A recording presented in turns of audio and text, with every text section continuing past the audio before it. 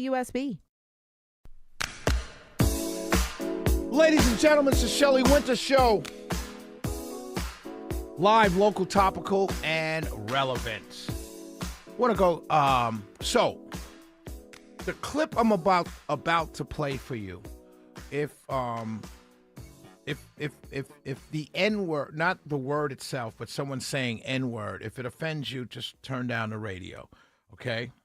This is a clip of Toure. He's an intellectual writer, written several books. He's on CNN a lot, on MSNBC.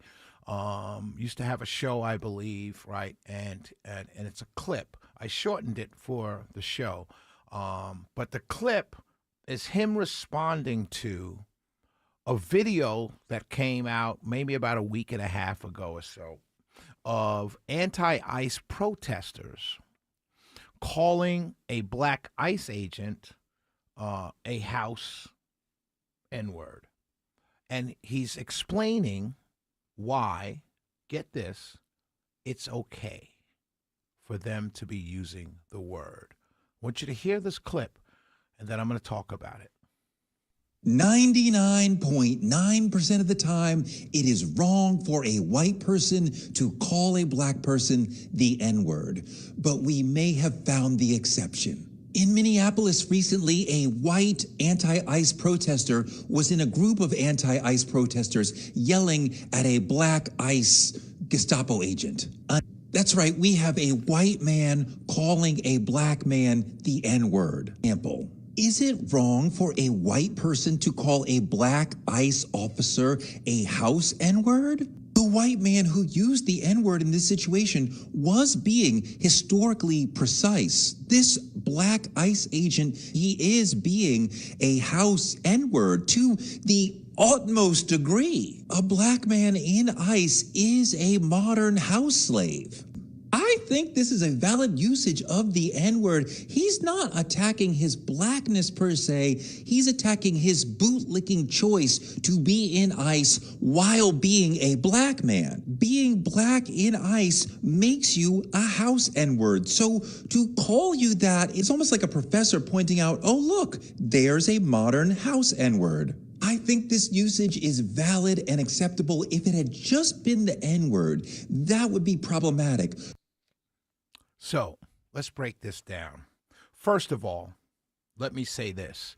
These are the kind of things black conservatives need to talk about to these Democrats. Because what he just said was absolutely disgusting and despicable. Let's say that at the outset, okay? And let me be clear. If you want to be historically precise, the word means lazy, shiftless. Lazy, shiftless. So it's not historically precise. And ICE is not the Gestapo. It's only the Gestapo in your mind. But if you can be so intellectually dishonest that you can make ICE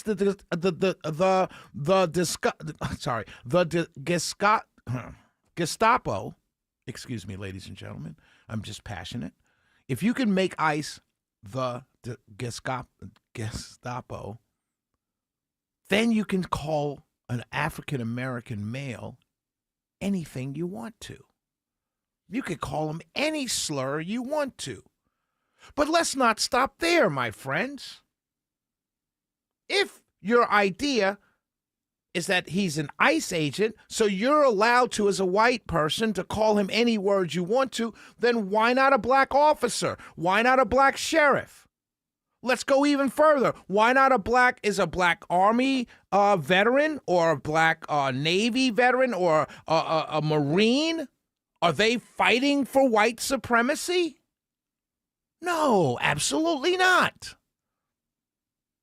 This is absolutely absurd to even try and intellectualize this.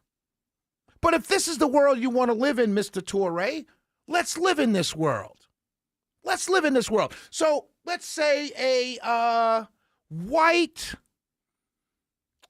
middle-class husband and wife sees a young man, African-American, walking down the street with a mask on, droopy pants, and he's breaking into cars, can they use the word? Or is he just misled? If, I don't know, a rapper is on stage rapping about violence and drugs and rape and B words and all this, can a white teen in the audience call him the word? No, you say no, they can't. So you're saying that if an African-American male decides to work for ICE, decides to work for the law enforcement, decides to work for a sheriff's office, or decides to work in the military, that they're protecting white supremacy. This is what you said.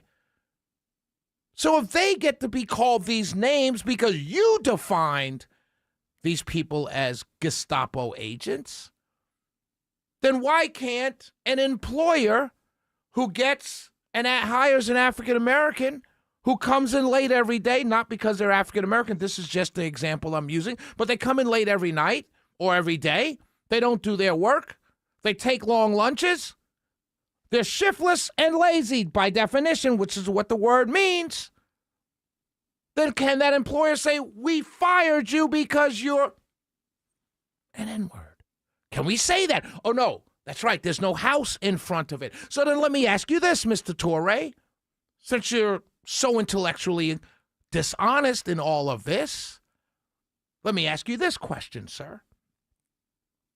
Is it okay if I, as a black conservative on the radio, am looking at an election where my 401k is through the roof under this president, where my kids and my neighbors and the young people that are going to failing schools in mostly African-American Democrat-run urban cities are not now competing for jobs against newly arrived non-English speaking immigrants. They're now not competing with them for these jobs. These jobs are available to them.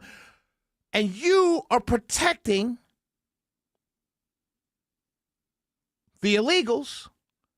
You are protecting everyone else. You are protecting transgenders. You are protecting the LGBT movement. You're protecting every single group of people with the exception of African Americans, those who most need it. Can I call you a house N-word, my brother? Because that's what it sounds like according to your description. According to your description, I can label you as an African-American progressive. Anything I want to label you as, I can label you a Nazi. I can label you a fascist. I can label you a Gestapo agent. And then I'm allowed to call you whatever I want. And all my white Republican friends can do the same thing as well. Because that's what you're saying. It's the most disgusting thing I've ever heard in my life.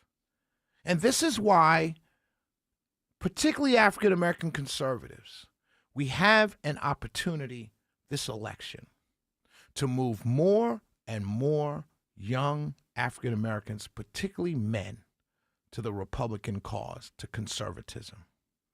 Because we make the most sense. Where we lose that argument is where we kind of pick up the arguments of our far-right brethren and brothers and sisters.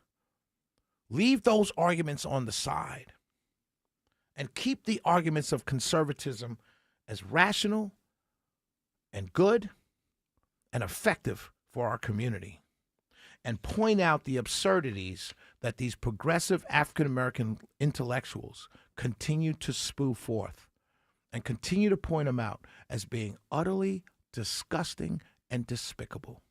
Shelley Winter Show. We'll be right back.